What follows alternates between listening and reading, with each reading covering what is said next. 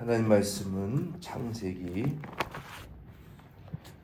17장 1절 말씀 보겠습니다. 1절부터 보겠습니다.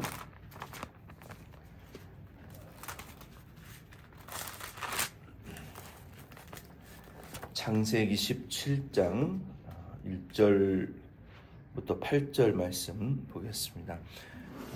본문은 아브라함이 99세 때에 전능하신 하나님이 나타나셔서 언약을 다시 확증해 주신 말씀입니다.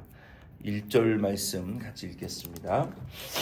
아브라함이 99세 때에 여호와께서 아브라함에게 나타나서 그에게 이르시되 나는 전능한 하나님이라 너는 내 앞에서 행하여 완전하라. 아멘.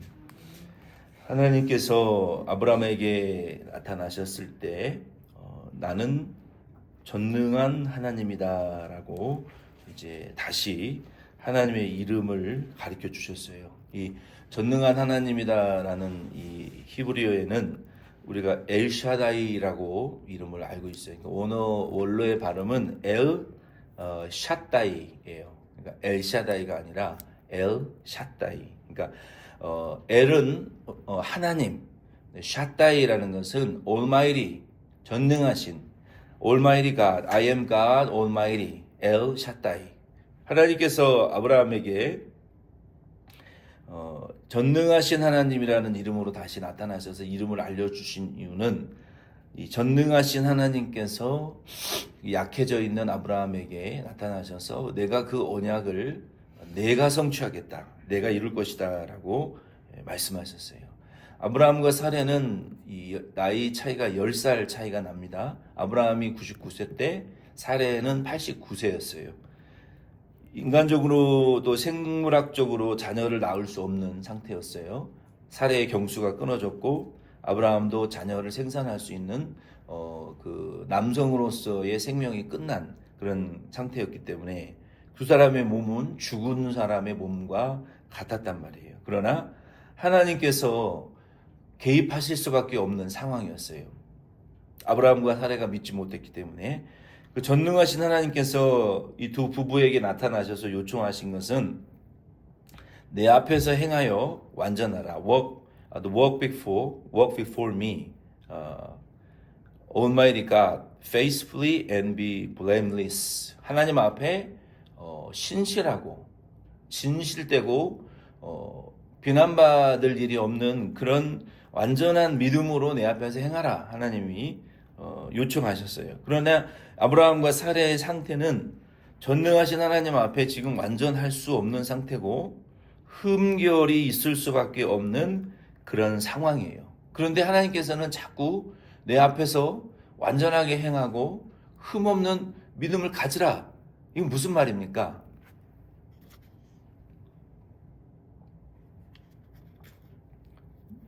나만 바라보라 라고 말씀하시는 거죠. 흠결이 있고 완전하지 못한 너로부터 무엇이 나올 거라고 상상하지 말고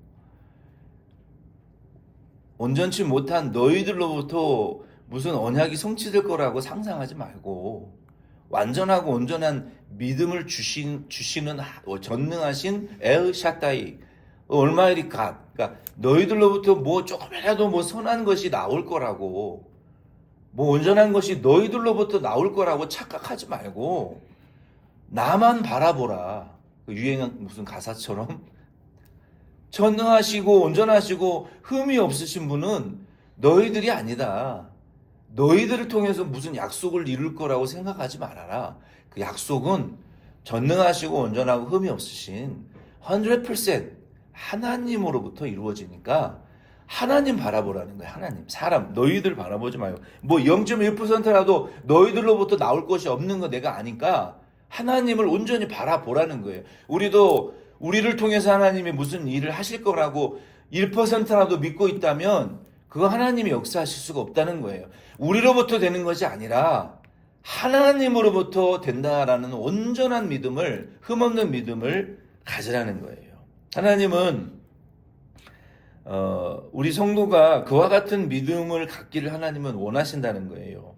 우리가 불완전하고 불의한 죄인으로서 흠이 없고 완전한 의인이 되는 길은 오직 예수 그리스도를 믿는 길밖에 없어요. 하나님은 우리 성도가 완전해지기를 원하시는데 마태복음 5장 48절 말씀에 보면은 그러므로 하늘에 계신 너희 아버지의 온전하심과 같이 너희도 온전하라. 우리가 온전해지는 길은 행위가 아니라 그러므로 온전하신 예수 그리스도를 믿음으로 온전해질 수밖에 없는 거예요. 만약에 하나님이 우리가 행위로 온전해지기를 원하신다면 이렇게까지 온전해지기를 원하신다는 거예요. 마태복음 5장 48절 말씀에 보면은 오른 5장 그 산상수훈의 말씀을 우리가 쭉 보잖아요. 근데 왼뺨을 때린다는 것은 손등으로 때린다는 거예요. 우리가 오른뺨을 이렇게 때리는 거는 이렇게 때릴 수 있죠. 왼뺨을 이렇게 손등으로 맞았을 때 여러분 오른편 뺨을 돌려댈 수 있는 행위의 온전함이 있을 수 있습니까? 사람에게 없다는 거예요. 내 왼뺨을 때리면 당장 침을 뱉고 주먹이 나가지 누가 오른뺨을 돌려댈 수 있는 행위의 온전한 자가 누가 있냐는 거예요. 그러나 너희가 행위로 온전해지고 싶으면 그렇게까지 할 수 있어야 된다는 거예요. 원수에게 필요한 것을 주고 먹을 것을 입힐 수 있냐는 거예요. 우리가 인간이 죄성이 있는 인간이 그럴 수 없다는 거예요. 행위의 온전함을 추구하려거든 그렇게까지 해서 행위의 온전함을 이뤄보라는 거예요. 안 된다는 거예요. 내 속에서 그러한 선함이 나올 수가 없다는 거예요. 그러나 예수님은 그렇게 하셨다는 거예요.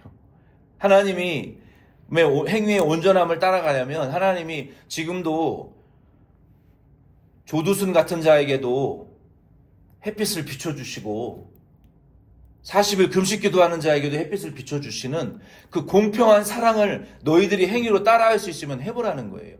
못한다는 거예요. 인간 죄인은. 그러니까 믿으라는 거예요. 인간들로부터 스스로 구원할 수 있는 선함이 나올 것이라고 착각하지 말고 믿으라는 거예요. 그게 순종이고 의요 온전함이라는 거예요. 하나님이 아브라함에게 요구하셨던 순종과 의는 그러한 종류의 것이에요. 행위로 말미암지 않는 인간에게는 아무런 선함과 의로움이 나올 수 없는 것을 알고 하나님 나는 죄인입니다. 못 믿지만 불의하지만 흠결이 많지만 하나님 전능하신 엘샤다이가 전능하신 하나님만이 흐름이 없고 온전하신 분위기에 하나님을 의지하고 나아갑니다. 이런 의로 하나님 앞에 나오라는 거예요. 내 앞에서 온전하라는 것은. 2절로 3절 말씀 우리 같이 읽겠습니다. 내가 내 언약을 나와 너 사이에 두어 너를 크게 번성하게 하리라 하시니 아브라함이 엎드렸더니 하나님이 또 그에게 말씀하여 이르시되 여기 2절로 이제 3절 말씀해 보면은 하나님께서 2절로 8절에 보면은 한 4가지의 그 언약의 확증을 하시는데 2절로 3절 말씀에 첫 번째 보면은 먼저 하나님이 언약을 제시하십니다. 이게 지금 몇 번째 반복되고 있는지 몰라요. 창세기 12장부터 여기 지금 16장까지 하나님이 지금 언약을 약해진 아브라함에게 언약을 주시고 믿으라 그러시고 보여주시고 또 확증하시는 이 과정이 몇 번 반복이 되는데 여기 이제 7장에 그게 또 반복이 되는 거예요. 그래서 2절로 3절 말씀해 보면은 하나님이 지금 언약을 강조하고 있어요. 어떻게 강조하고 계십니까? 나와 너 사이에 지금 무엇을 두셨다 그랬어요? 언약을 둔다. 그러니까 하나님과 아브라함 사이를 지금 이게 동등한 관계로 지금 놓고 보시는 거예요. 인간 대 인간이 언약을 사이에 두고 약속을 맺는 것처럼 하나님이 지금 아브라함에게 찾아오셔가지고 너와 나 사이에 너랑 나랑 지금 이 언약을 놓고 약속을 맺자. 언약을 지금 강조하시면서 너와 나 사이에 있는 이 언약을 지금 강조하시는 거예요. 두 번째는 4절로 5절을 같이 읽겠습니다. 보라 내 언약이 너와 함께 있으니 너는 여러 민족의 아버지가 될지라. 이제 후로는 내 이름을 아브라함이라 하지 아니하고 아브라함이라 하리니 이는 내가 너를 여러 민족의 아버지가 되게 함이니라. 아멘. 두 번째가 이 이름을 바꿔주시는 거예요. 그러니까 이 이름이라는 것은 성경에 그 사람의 인격을 가리키는 거예요. 인격. 하나님이 아브라함이 아브라함 되게 하셨다는 것은 이제 인격이 변화됐다는 뜻이에요. 사울이 바울이 됐다는 것은 그의 인격이 변화됐다는 거거든요. 이름이 중요한 것이 아니라 야곱이 이스라엘 됐다는 것은 환도뼈가 부러지고 나서야 회개하고 깨달았다는 거예요. 그 인격이 바뀌었기 때문에 인격에 걸맞는 이름을 주시는 것이, 이름을 바꿨다고 인격이 변화되는 것은 아니라는 것이에요. 우리가 착각하면 안 돼요. 이름을 바꾼다고 하나님이 우리를 축복하시는 것이 아니라 그 사람의 인격이 만들어지고 변화됐기 때문에 이름이 따라오는 것이지, 이름만 바꾼다고 뭐가 잘 되는 게 아니에요. 세상 사람들도 이거 무슨 아홉수가 꼈나? 철학관에 가서 이름을 좀 바꿔볼까? 이름을 100번을 바꿔보세요. 사람이 변화되나? 안 된다는 거예요. 인격이 바뀌니까 이름이 따라오는 것이지. 그래서 우리가 지금까지 잘못 배운 것이 너무 많아요. 목사님 이름 지어주세요. 아니요. 스스로 기도하고 스스로 이름을 지세요. 인격이 안 됐으면 이름을 100번을 바꿔도 소용이 없어요. 이름이 중요한 게 아니에요. 뭐가 먼저였어요? 하나님의 약속이 먼저잖아요. 2절로 3절에 내가 너와 나 사이에 언약을 둔다. 언약이 중요한 것이지 이름이 중요한 게 아니에요. 인격이 변화가 중요한 것이지 이름 바꾸는 거는 아무 의미가 없어요. 여러분 범죄자들 보세요. 얼마나 멋있는 이름들이 많습니까? 그 이름대로 됐습니까? 이름들이 얼마나 멋있는 사람들이 많아요. 무슨 용, 이런 이름 들어가는 이름들. 그 철학관에서 다 지은 이름 아닙니까? 발음이 좋다고, 그 끝이 열려있고 닫혀있다고, 발음이 세다고, 잘 되는 것도 아니에요. 인격이 바뀌어야 잘 되는 것이지. 하나님이 이제 아브라함으로 바꿔주신 이름을 바꿔주신 것은 이제 이름이 믿을 만한 믿음의 인격이 이제 됐다는 것이죠. 그래서 그 언약, 이름이 안 됐을지라도 보라, 언약이 너와 함께 있으니 너는 여러 민족의 아버지가 될 것이다 라고 말씀하셨어요. 그래서 이름은 인격의 변화를 의미하는 거예요. 그리고 인격의 변화가 중요하다는 거예요. 세 번째는 6절 8절 말씀을 같이 읽겠습니다. 내가 너로 심히 번성하게 하리니 내가 내게서 민족들이 나게 하며 왕들이 내게로부터 나오리라. 내가 내 언약을 나와 너와 및 내 대대 후손 사이에 세워서 영원한 언약을 삼고 너와 내 후손의 하나님이 되리라. 내가 너와 내 후손에게 내가 거류하는 이 땅 곧 가나안 온 땅을 주어 영원한 기업이 되게 하고 나는 그들의 하나님이 되리라. 아멘. 여기 세 번째 말씀에 보면은 6절 말씀에 보면은 하나님이 그 약속대로 내가 너를 어떻게 하겠다는 거예요? 번성하게 하겠다는 거예요. 이게 너가 모든 민족의 아버지가 되고 내 후손을 통해서 자녀의 자녀를 낳는 이 번성의 축복을 내가 주겠다. 그러니까 번성의 축복을 주겠다는 거예요. 그리고 7절로 8절 네 번째 말씀에 보면은 하나님이, 이 성경을 잘못 보면 안 돼요. 우리 자손을 대대 천대 만대 이르도록 복 주시겠다는 말씀이 아니라 그들의 하나님이, 내가 그들의 하나님이 되겠다라는 거예요. 무슨 말입니까? 내가 그들을 통치하겠다는 거예요. 그들은 나의 백성이 되겠다는 거예요. 하나님이 아브라함에게 주신 그 약속의 말씀대로 하나님은 우리의 하나님, 우리는 그의 자녀. 그러니까 하나님 아버지와 자녀의 올바른 관계가 회복되어진다는 거예요. 하나님이 주신 아브라함에게 이 약속은 이거예요. 그래서 아브라함의 이 믿음의 여정을 보면요. 근데 제가 이 말씀을 생각할 때에는 아브라함이 아직도 못 믿어. 믿음이 온전히 된 상태가 아닌데도, 그의 인격이 변화되지 않았는데도 아브라함을 아브라함이라고 하셨어요.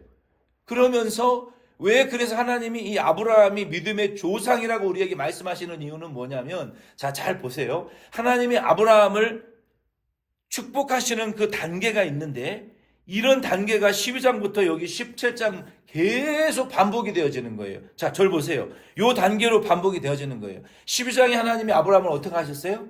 일방적으로 택하셔서 부르셨죠. 저와 여러분도 우리가 알고 듣지도 못하고 원하지도 않았지만 이 세상에 태어났고 예수 믿도록 우리를 부르시고 택하신 분이 누구예요? 하나님이. 일방적으로. 하나님이 그냥 일방적으로 선택하신 거란 거예요. 내가 원해서 이 세상에 태어난 거 아니잖아요. 그 수많은 60억 분의 1의 찬스라는 찬스 중에 내가 나라는 사람이 하나가 잉태되게 하신 하나님이 하나님이라 부르시고 택하시고 부르시니까 하나님이라는 거예요. 예수 믿는 그리스도인의 구원의 여정과 똑같아요. 그 다음에 두 번째는 우리가 인생을 살면서 어떻게 돼요? 순종했다가 실패했다가 고난당했다가 또 회개하고 순종했다가 실패했다가 고난당했다가 회개하고 지금 아브라함도 부르셨는데 애굽에 가서 내려가지 말라 그랬는데 예배도 안 드리고 내려갔다가 실패하고 아내를 뺏길 뻔하고 롯 때문에 고난을 당하고 실패하고 반복하고 나타나셔서 또 믿게 하시고 회개하고 또 실패하고 불순종하고 고난당하고 또 나타나셔서 약속을 주시고 또 믿게 하고 따라가게 하시고 이게 저와 여러분의 신앙생활의 반복이라는 거예요. 순종하고 실패하고 고난당하고 또 두들겨 맞고 회개하고 또 순종하고 고난당하고 이게 인생이라는 거예요. 인생. 우리가 살아가는. 그리고 하나님이 또 나타나셔서 언약하시고 믿으라고 하시죠. 그럼 우리가 또 믿는다고 하죠. 따라가겠다고 하죠. 그리고 순종해 보려고 자기의 노력과 순종을 해보지만 결국은 내 노력과 순종이 아니라 하나님의 우리를 이끄시는 은혜로 우리가 이끌림 받는 인생을 살아가야 된다는 것을 깨닫는 거예요. 그때. 그리고 하나님이 또 낙심하고 있는 우리에게 찾아오셔서 왜 두려워하느냐. 나는 너의 지극히 큰 상급이요. 나는 너의 지극히 큰 방패라. 내가 너의 보상이다. 사람 의지하지 마라. 사람에게 바라지 마라. 내가 너의 상급이고 보상이다. 하나님 아브라함 10서 15장에 나타나셔서 말씀하셨잖아요. 하나님 바울에게도 나타나셨어요. 피 터지게 두들겨 맞고 쇠사슬에 갇혔을 때 베드로에게도 나타나셨어요. 두려워하지 말아라. 이 성에 복음 전하여 구원받을 사람들이 많다. 일어나라. 하나님이 나타나시고 우리를 은혜로 내 스스로 해보려고 했더니 안 되고 실패해서 낙심하고 있는 우리에게 또 찾아오셔서 내가 너의 보상이야. 사람에게 보상받으려고 생각하지 마. 내가 너의 상급이야. 나 따라와. 하나님이 또 나타나셔서 말씀하시잖아요.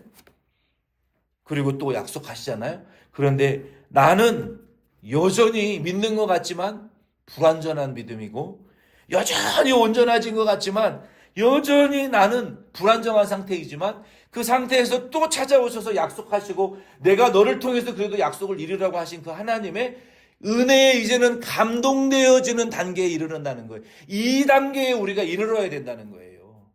내가 뭐 해보려고 실패할 수밖에 없어요. 내 스스로 뭐가 될 줄 알고 하나님의 은혜가 아니면 안 되는 거예요. 그래도 또 약속하셔서 나타나셔서 우리에게 말씀하실 때 하나님 나 같은 것을 뭐라고 이렇게 이 은혜를 주시고 끌고 가십니까? 라고 우리의 영적으로 성숙한 상태가 무엇이냐면 아브라함처럼 지금 못 믿는 상태인데도 불구하고 하나님의 은혜에 오히려 감격이 되어져서 하나님의 은혜에 이끌림을 받는 상태가 영적으로 성장한 상태라고요. 우리가 뭐 성령 충만하고 벌떡벌떡 뛰면서 불 속이라도 들어가겠다라고 한 상태가 영적으로 충만한 상태가 아니라 나는 모질라고 온전하지 못한 상태인데 나 스스로 뭘 해보려고 했는데 아무것도 안 되는 상태에서 내 스스로 아무것도 못하는 존재라는 상태 가운데에서 오히려 하나님의 은혜에 감격이 되어 끌려가는 것이 은혜 받은 성도의 상태라는 거예요. 지금 아브라함이 그렇게 끌려가고 있잖아요. 하나님의 은혜에 의해서. 이 끌림을 받고 있잖아요.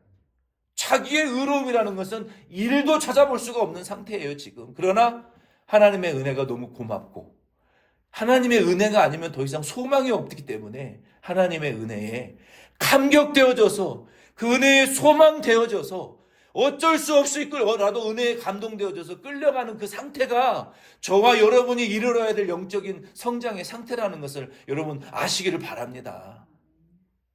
불 속이라도 뛰어 들어가겠다라고 하는 그런 상태 말고 그런 상태는 실패할 확률이 높아요. 자기만 드러낼 확률이 높아요. 사탄아 내 뒤로 물러가라. 너는 나를 넘어지게 하는 자로다라는 베드로의 책망밖에 우리가 들을 수가 없어요. 우리는 나는 실패자요. 아무 선한 것도 없는 상태이지만 아무것도 할 수 없는 존재이지만 하나님의 은혜가 너무 고맙고 감사해서 그 은혜라면 따라가겠습니다라고 감동되어져 있는 상태에 들어가야 된다는 거예요. 아브라함이 지금 그런 상태에 들어갔잖아요. 아무것도 할 수 없는 99살 할례 받기 직전에 그리고 하나님이 이제 그 과정을 반복하시면서요. 왜 이러한 깨달음을 제가 얻게 되냐면 창세기 여러분 18장에서 20장을 오늘 댁에 가셔서 읽어보세요. 하나님이 아브라함을 아주 박살을 내시는 거예요. 18장에서 20장에 보면. 무엇을 통해서 박살을 내십니까? 소돔 고모라 성을 멸망시킬 때 천사가 나타나잖아요. 그리고 그 전에 천사가 나타나서 천사를 막 대접하잖아요. 그리고 나를 제발 축복해달라고 하나님에게 간절히 달라붙게 하나님이 하시는 거예요. 자기를 버리고 지금 상황이 위급해지니까 하나님 앞에 달라붙지 않을 수 없는 상황을 하나님 주신다고요. 그러니 아브라함이 어떻게 해서 하나님의 약속을 이루어야 됐길래 천사를 막 대접하잖아요. 그리고 여러분 소돔과 고모라 성의 멸망을 통해서 하나님에게 기도하잖아요. 하나님 여기 의인 10명이 있으면 어떻게 하겠습니까? 의인 안 됩니까? 또 몇 명이 있어. 몇 번을 어떻게 그 과정을 통해서 아브라함이 어떻게 되는 거예요? 자기라는 존재는 완전히 없어지고 온전히 하나님에게 달라붙잖아요. 자기를 깨트리시잖아요. 그리고 하나님이 또 아비멜렉에게 아내를 빼앗기는 창세기 28장에서 20장을 말씀을 통해서 여기서 결정적으로 하나님 아브라함을 깨트리시는 거예요. 자 보세요. 아비멜렉이 아브라함의 아내를 데려갔어요. 그리고 그 일로 인해서 아비멜렉과 온 나라의 태가 딱 닫혀버리는 거예요. 근데 그 전에 하나님이 창세기 19장, 17장에 지금 뭐라고 말씀하셨어요? 너를 통해서 내가 아들을 낳게 할 것이다. 근데 못 믿었거든요. 그러나 하나님의 약속이 이끌고 가는 거예요. 근데 아직도 불신하고 의심하고 자기중심적인 아브라함이 아비멜렉의 나라의 모든 여자들이 태가 닫혀버린 그 사건을 보고 어라? 이거 하나님 진짜 엘샤다이네? 전능하신 하나님이네? 아니 내가 못 믿었는데 이 나라의 모든 여자들의 태를 닫아버려? 이거 하나님 진짜 리얼이네? 그리고 아내를 데리고 온 이후에 그 온 나라의 태가 열려서 아이를 낳기 시작하는 것을 보고 그때서 비로소 깨진 거예요. 아, 하나님이 진짜네? 태를 열기도 하고 닫기도 하시는 하나님이. 그러면 이 나라 아비멜렉의 나라를 전체를 열기도 하고 닫기도 하신 분이 우리 두 사람이 지금 생물학적으로 죽은 사람이라 할지라도 하나님이 하실 수 있네. 그때서 깨지는 그때서 하나님이 약속하시고. 그러니까 여기 17장의 상태는 아브라함이 지금 못 믿고 의심하고 불신하고 기도는 하고 하나님 앞에 믿는다고 말을 하지만 여전히 마음 저 중심 깊은 곳에는 불신이 자기가 깨지지 않은 상태였다는 거예요. 그래서 결국은 자기가 가장 소중히 여기는 아내를 통해서 하나님이 엘샤다이 하나님이라는 것을 엄청난 위기 가운데에서 그때 깨닫게 하시는 거예요. 그리고 하나님이 이후에 할례를 받게 하신 이후에 하나님의 약속을 아브라함을 통해서 이루시는 것을 우리가 이제 보게 됩니다. 그래서 우리 그리스도인들이 이 아브라함의 믿음의 여정을 그대로 따라가야 돼요. 그것이 저와 여러분이 걸어갈 인생의 여정입니다. 그래서 우리는 소위 세상 사람들이 말하는 누구는 환경이 좋고 조건이 좋고 빽이 있어서 인생을 성공하는 것 같은데 나는 환경도 안 좋고 빽이 없어서 내 인생이 이렇게 불행한 것 같아 라고 말하지 마시라고요. 아브라함을 보면은 빽이 있고 조건이 좋아서 된 게 아니에요. 이미 죽은 자와 같이 된 상황이에요. 뭐 때문에 성공했어요? 뭐 때문에 아들을 낳고 하나님의 언약이 이루어졌어요? 빽이 있어서가 아니에요. 하나님의 약속을 고난 중에서라도 믿고 내 스스로 아무것도 할 수 없음을 깨닫고 전적으로 하나님의 약속과 은혜에 우리가 감동되어지고 이끌려지고 견인되어지는 그 은혜의 상태에 들어갔을 때 하나님의 약속을 이루시더라. 그러니까 저와 여러분도 이와 같은 아브라함의 믿음의 여정을 걸어가는 그리스도 신앙인 믿음의 성도인 것을 아시고 아브라함과 같이 나는 아무것도 할 수 없지만 하나님의 그 성령의 은혜에 온전히 이끌려져서 그 성령의 은혜 가운데에서 이끌리심을 받으시려고 몸부림을 치실 수 있는, 안 믿어져도 그것에 이끌림을 받을 수 있는, 오히려 그 성령의 역사가 우리를 더 강하게 우리를 끌고 가실 수 있는 그런 상태로 내 심령을 어떻게든 만들어야 2025년 한 해 우리 교회와 가정에 뭔 역사가 일어나도 일어나지, 여전히 내 중심적으로 인생을 살면 올 한 해도 아무런 역사는 안 일어납니다. 아브라함처럼 성령의 이끌림을 받으실 수 있는 2025년 저와 여러분 될 수 있기를 예수님의 이름으로 축원드립니다.